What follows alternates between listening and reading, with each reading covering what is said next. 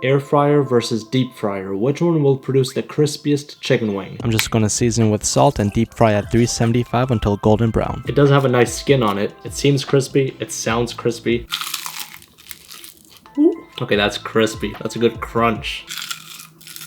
I would give the crunch factor a 8.7 out of 10. Next up, I'll air fry at the same temp of 375 and flip until both sides are golden brown. Air fry also has a pretty good crisp.